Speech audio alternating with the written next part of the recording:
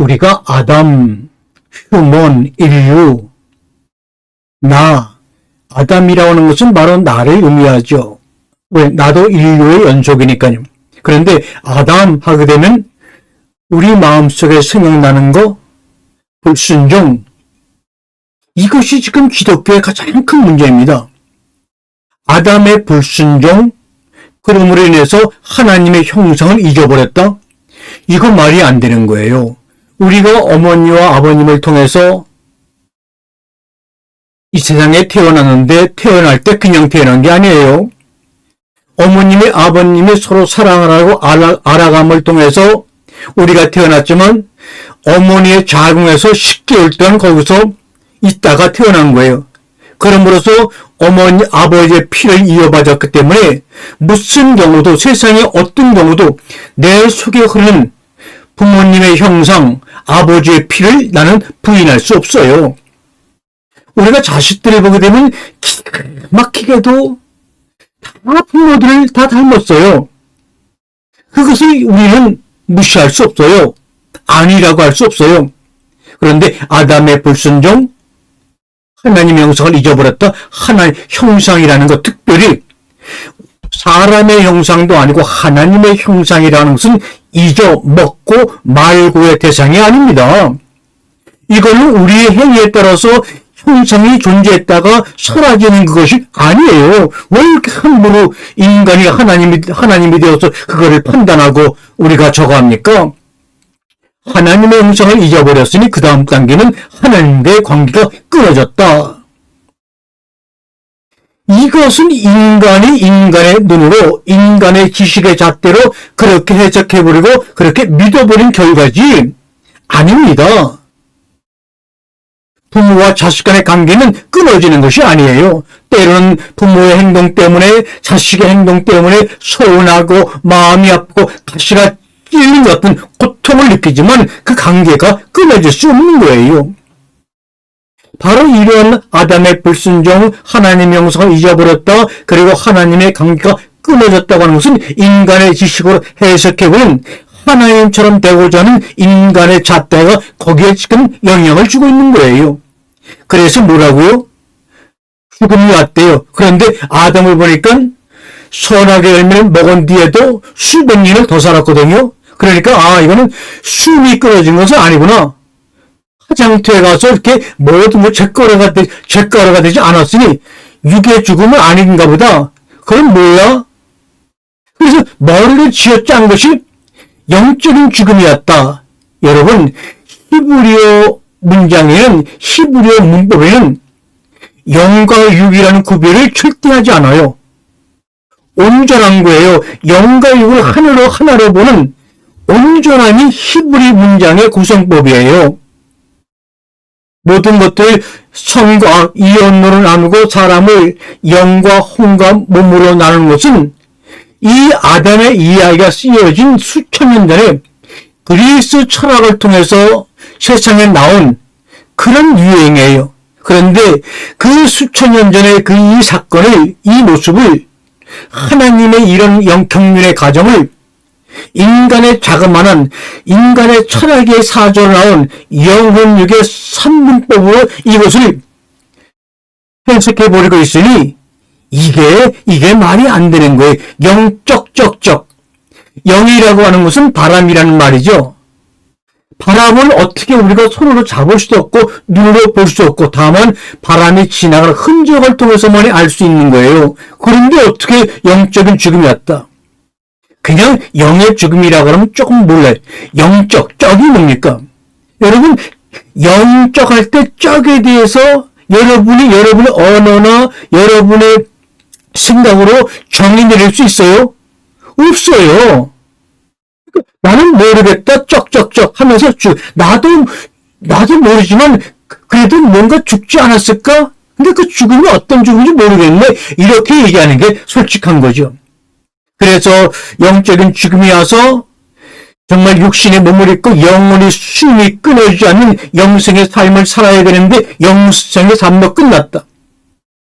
그리고 온 지구상의 모든 질병과 고통이 맞다. 이거는 성경에서 말하고 있는 게 아니에요. 여러분, 창세기 3장에 대해서 2장에 대해서 하나님이 자세히 성경에 풀어주셨던가요? 아니에요. 침묵의 응변을 나오고 있어요. 예수님이 육신의 몸을 입고 오셔서도 우리에게 선악과 3장의 이야기 단 한 번도 얘기하지 않았어요. 산상수훈에서도 한 단어 말하지 말았어요. 로마서의 사도 바울이 서신서를 그렇게 쓰면서 한마디 말도 안 하고 있고, 로마서에서도 한마디 말도 안 했는데 한 사람으로 말미암아 이렇게 이거 한 구절 갖고 지금 모든 것을 왜곡된 해석을 하고 있는 거예요. 이 한 사람이라는 것이 아니에요. 이 아담이라는 말은 한 사람으로 해석하면 안 되는 거예요. 인류를 대표하는 명칭이죠. 그렇다면 아담의 소위 우리가 말하는 불순종 이후 창세기 4장부터는 그러면 영적으로도 죽음을 당한 사람이네요. 영적으로 죽음을 당한 사람 인간들이 어떻게 하나님과 그리고 소통하며 이야기를 합니까? 가인도 하나님과 얼마나 세밀하게 이야기를 많이 합니까? 오히려 하나님께서 제사를 받으신 아담은 하나님과 얘기한 흔적이 한마디도 없지만 자기의 죄를 다스리지 못한 가인은 하나님과 얼마나 소통했습니까? 그 사람이 영적으로 죽었다는 것이 그런 뜻이라면 어떻게 소통합니까? 가인과 아벨과 셋과 최초로 여호와의 이름을 부르는 에노스나 하나님과 동행한 에노스나 여호와께 은혜를 입은 의로운 자 노아, 아브라함, 모세, 내 마음에 합한 자 다윗, 솔로몬, 그 외에 수많은 선자들, 이런 분들이 아담 이후에 그의 불순종으로 하나님과의 관계가 끊어진 자라면 이런 교제와 하나님의 임재는 불가능한 것 아닌가요? 우리의 영이 영적으로 죽은 사람이라면 어떻게 그 몸 안에 하나님의 말씀을 어찌 받아들일 수가 있겠습니까? 주님은 요한복음 6장에 내가 너희에게 이른 말이 영이요 생명인데 이렇게 말씀했잖아요. 내가 너에게 이른 말이 영이고 생명인데 흙으로 지은 육신을 상대했다는 말인데 이게 말이 되나요? 창세기 3장에서 사람으로 인하여 땅이 저주받았다. 이 저주받는 원인은 아담의 불순종이다. 아주 너무 성경을 쉽게 보는 것 같아요. 넓은 길로만 가지 좁은 길로 가지를 않아요. 성경을 보면서 좁은 길로 갈 때 성경의 신비가 우리에게 드러나는 거예요. 그런데 창세기 3장에서 노아의 홍수가 일어났잖아요. 그리고 모든 사람들이 죽고 노아의 가족만 살아났어요. 그러면서 사람으로 인하여 다시는 내가 땅을 저주하지 않겠다. 그렇게 하나님이 언약을 하시잖아요. 이제는 우리가 노아 홍수 이외에는 우리 모든 인류가 저주받은 땅에서 살아가는 것이 아니라 저주가 회복된 땅에서 살아가는 거예요. 그런데 어떻게 그냥 원죄니 뭐니 유전이니 뭐니 이런 소리를 하는데도 누구 하나 항변을 못해요. 창세기 1장 27절에 하나님의 형상 이마고데이라고 하죠. 이것은 하나님과 사람 사이에만 존재하는 거예요. 다른 자연 피조물하고는 이야기하는 게 아니에요. 그런데 노아 홍수 뒤에 창세기 9장을 자세히 읽어보게 되면요. 창세기 9장 전체가요. 하나님과 언약을 맺는 얘기가 나오는데 하나님이 모든 노아뿐만 아니라 노아와 함께 그 노아의 방주를 탔던 모든 피조물과 언약을 맺으시는데 그때 언약의 증거로 무지개가 뜨는데 이 뜨는 무지개는 노아와의 언약만 의미하는 게 아니에요. 노아를 비롯한 하나님이 지으신 모든 피조물과 내가 이렇게 다시는 땅을 저주 않겠다는 등등의 언약을 맺을 때 그 언약의 공인으로 무지개가 보인 거예요. 창세기 9장을 보게 되면요.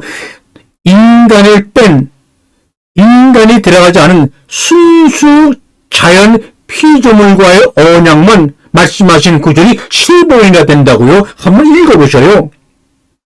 그러면서 노아는 하나님의 눈에서 은혜를 발견한 자다. 그래서 의로운 자라 하신 거예요. 바로 우리는 의로운 노아의 후손들입니다. 물론 하나님의 형상을 지닌 하나님의 형상을 완성시켜 나가는 창조 과정에 있는 아주 신비하고 의로운 자들이에요. 그러면 우리는 노아 홍수 위에 의로운 후손들이라 그러면 예수 그리스도가 하나님이 육신이 있고 이 땅에 오신 이유는 불신종의 죄를 회복하고 원죄에서 우리를 구원시키려는 그런 제한된 그 요만한 하나님의 사역이 아니고 우리가 아직도 아름답게 신비롭게 이야기해보지도 못한 그 무척 풍성한 그 이야기가 그 주님의 삶을 통해서 십자가의 사건을 통해서 이미 이 땅에 퍼져 있는데 귀가 막혀서 듣지 못하고 눈이 멀어 보지 못하는 장님과 김영원이가 됐다고 예수님 우리를 책망하시는 거 아니에요? 그렇다면 오늘 이 시점에서 그럼 원죄는 뭐냐 이 말이에요. 우리가 원죄라는 교리를 벗어 던진다면 예수님의 오심은 성서 신학의 입장에서 보게 되면 엄청난 신비가 엄청난 의미가 숨겨져 있는 것을 발견할 거예요. 그럴 때 우리가 하는 찬양이 이거죠. 하나님의 사랑 신비하고 놀라워 하나님의 사랑 신비하고 놀라워 하나님의 사랑 신비하고 놀라워 어쩔 사랑 하늘 그보다 높고 바다 그보다 깊고 우주 그보다 넓은 어쩔 사랑 원죄교를 벗어 던진다면 예수님이 우리에게 오심은 하나님의 사랑에 놀라운 신비를 우리에게 드러나 보여주실 거예요. 원죄가 노아 홍수 이후에도 의로운 자손이라고 의로운 노아의 후손들인 우리들에게도 계속 이어진다면 도대체 뭐하러 홍수 사건으로 그 많은 사람을 죽였을까요?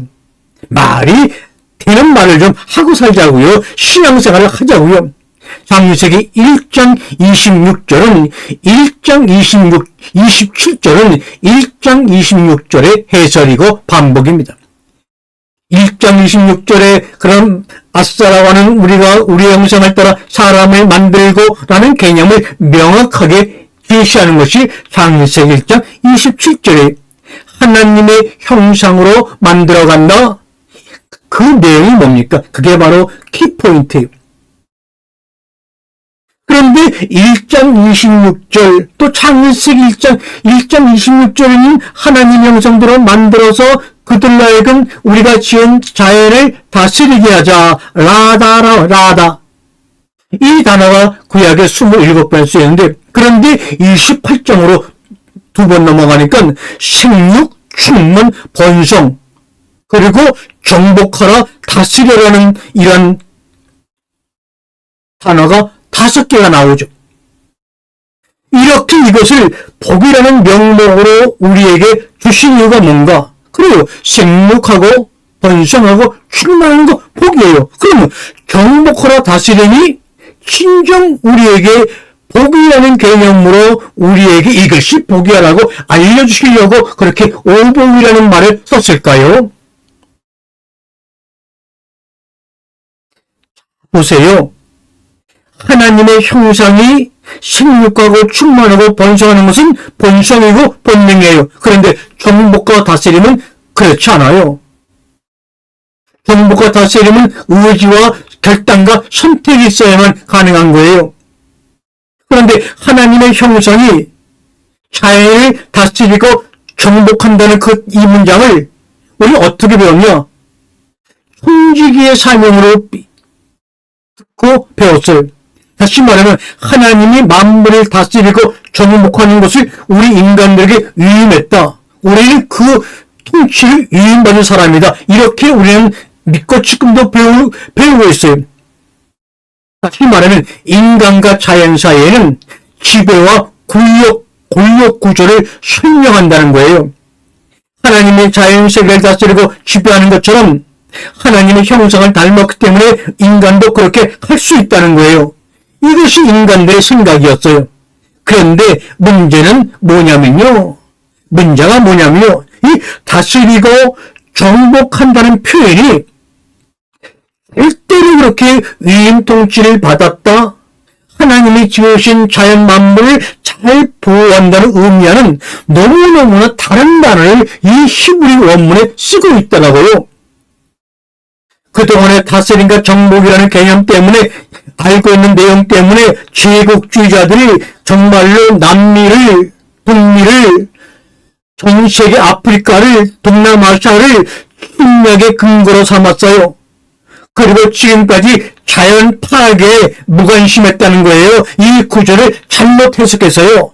정복과 다스리는 단어를 원문의 히브리어 단어를 제대로 알지 못한 무지 때문에 약한 나라들을 정복하고 그들의 재산을 수탈하고 그들을 죽이고 노예로 삼고 온 지구를 오염상태에 빠뜨린 거예요.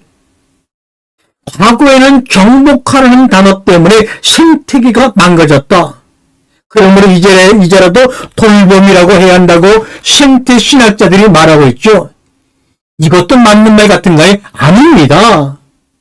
이 정복이라는 말이 정확한 번역이에요. 아주 폭력적인 의미였어요. 자, 보세요. 정복하다는 말은 카바시라는 말이에요. 카바시. 분명히 히브리 단어로 카바시예요.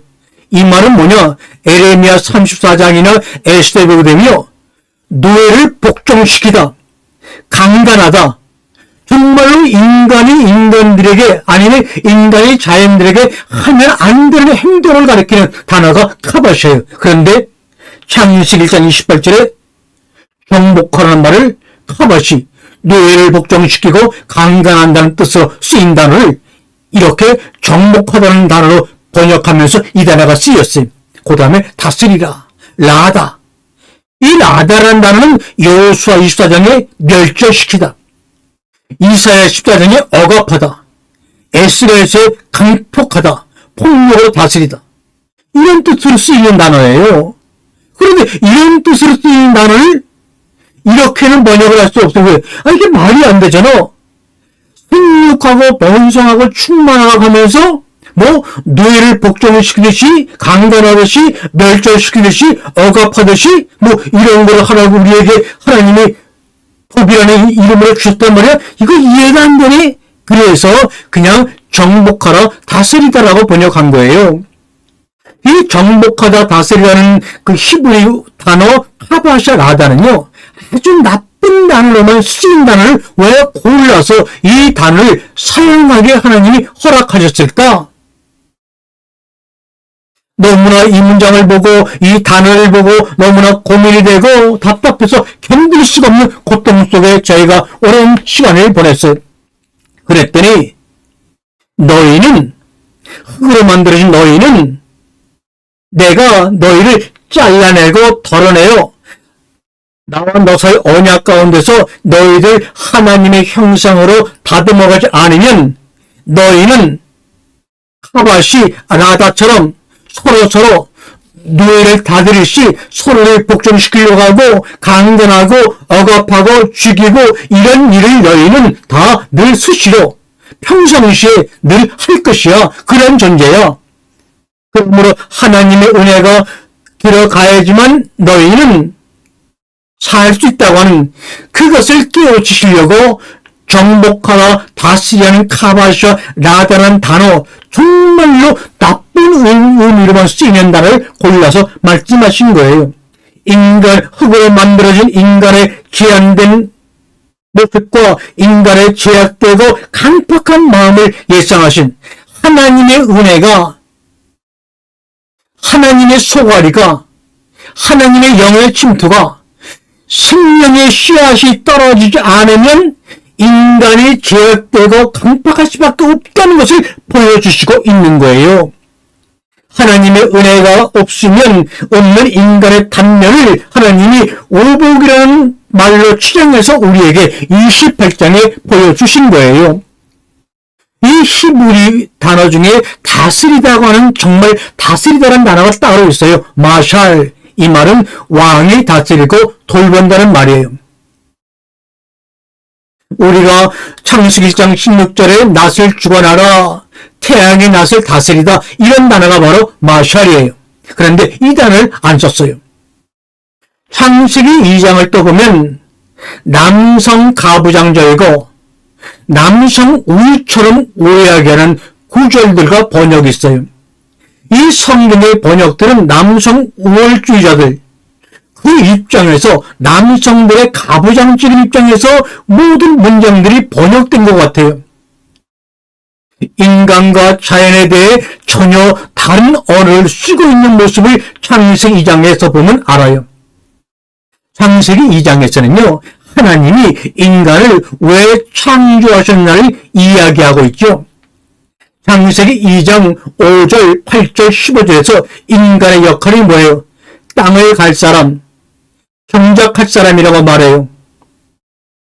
땅을 정복하고 다스리는 것이 창세기 1장에 나왔다면, 그래서 다스리고 정복하는 것이 창세기 1장의 오복이라고 말했다면, 창세기 2장에서는 같은 땅을 두고 같은 천하 만물을 보고 다르게 이야기하고 있어요.